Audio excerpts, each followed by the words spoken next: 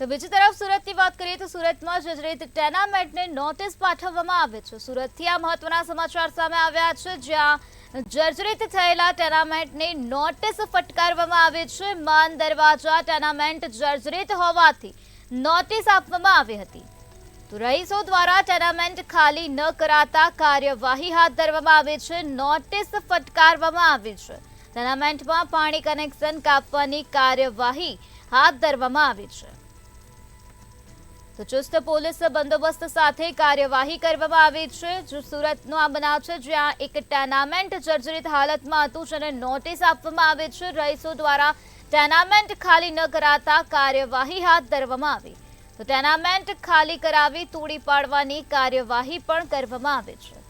તો સુરતના માન દરવાજા ટેનામેન્ટ જર્જરિત હાલતમાં જોવા મળ્યા હતા, જેના કારણે નોટિસ ફટકારવામાં આવી હતી, તેમ છતાં પણ રહીશો દ્વારા ટેનામેન્ટ ખાલી ન કરવામાં આવ્યા।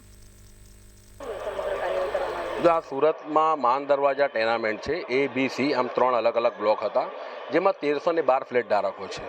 છેલ્લા 6-7 વર્ષથી અહીંયા જર્જરિત ટેનામેન્ટો થવાથી નોટિસો મળતી હતી, પરંતુ આ તમામ ટેનામેન્ટો સુરત મહાનગરપાલિકાના રીડેવલપમેન્ટ પ્રોજેક્ટ હેઠળ છે। જેમ સુરત મહાનગરપાલિકા દ્વારા અલથાણ ભટાર, ડુંબાલ ટેનામેન્ટ, આંજણા ટેનામેન્ટ ને કતારગામ ગોટાલાવાડીનું કામ ચાલે છે, એ જ પ્રમાણે આ ટેનામેન્ટનું પણ કામ થવાનું છે। પરંતુ છેલ્લા 6 વર્ષથી સુરત મહાનગરપાલિકાના જે વિભાગો છે, જેના કાર્યક્ષેત્રમાં તમામ કામગીરી આવે છે, સ્લમ અપગ્રેડેશન વિભાગ, લિંબાયત ઝોન, ટાઉન પ્લાનિંગ વિભાગ, શહેર વિકાસ વિભાગ ને લીગલ વિભાગ, આ 5-6 વિભાગના જે એકબીજાને ખો આપવાની નીતિ કે એમની એના વખતે ગંભીરતા નથી, અને છેલ્લા 6 વર્ષથી કોઈ ટેન્ડરિંગ પ્રક્રિયા જે થાય છે, એ ટેન્ડરિંગ પ્રક્રિયામાં કોઈ ઇજારદાર રદ બતાવતા નથી, અને રદ બતાવે છે તો ટેકનિકલ ખામીને કંઈક ને કંઈક કારણે ટેન્ડર રદ કરવામાં આવે છે, અને એના કારણે કોઈ નિર્ણય ચોક્કસપણે લઈ શકતા નથી। આજે આટલી મોકાની જગ્યા TP7 ફાઇનલ પ્લોટ નંબર 188, એટલે રિંગ રોડ ટચ સોનાના લગડા જેવી જગ્યા, જે ટેક્સટાઇલનો હબ વિસ્તાર છે, ત્યાં જગ્યા હોવા છતાં કોઈ બિલ્ડર રદ બતાવતા નથી, અને શાસકો એના માટે કોઈ નિર્ણય કરતા નથી। એને નિર્ણય ન કરવાની નીતિઓના કારણે આજે 1312 પરિવારો ઘર વિહોણા બની રહ્યા છે।